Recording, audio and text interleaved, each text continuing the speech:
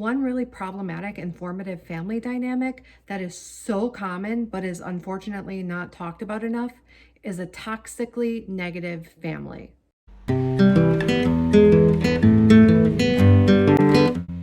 Toxically negative families interact with each other and see the world through a lens of negative criticism, rigid judgment, and restrictive avoidance.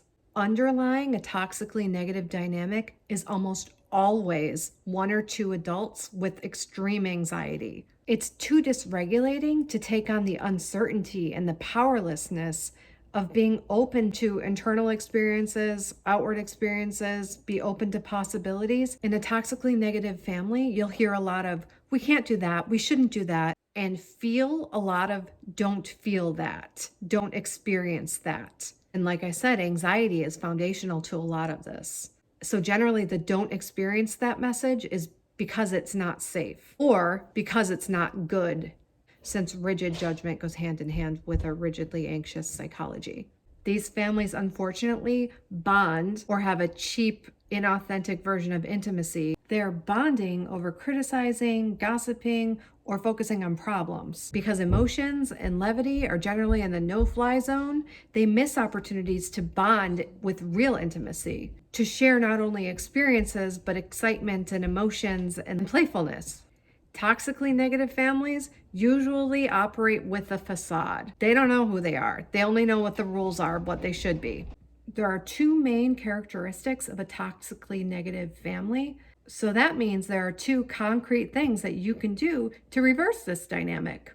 And reversing this dynamic is not just important for you and your relationship health, it's also vital for your kids, because kids who grow up in toxic negativity don't develop a radar for what they shouldn't go for in a relationship, and they end up repeating the cycle. Or the kids could adapt that restrictive, judging psychology for themselves, and that could be their way of being in the world. And that's a hard way to live. The first characteristic of a toxically negative family dynamic is that the default is no and negativity and restriction and avoidance and shut it down.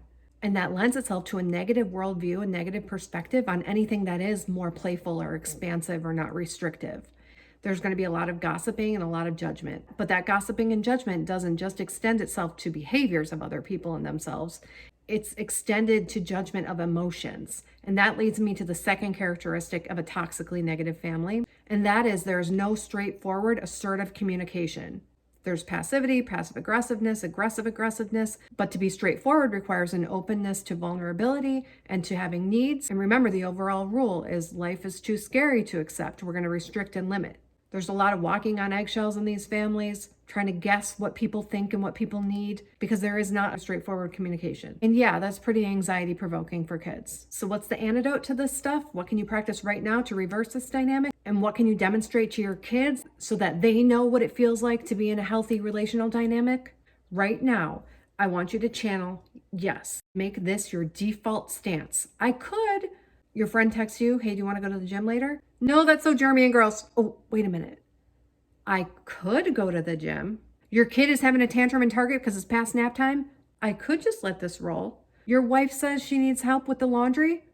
I could help with the laundry. You channel that expansive, embracing, open to possibilities, and you practice it.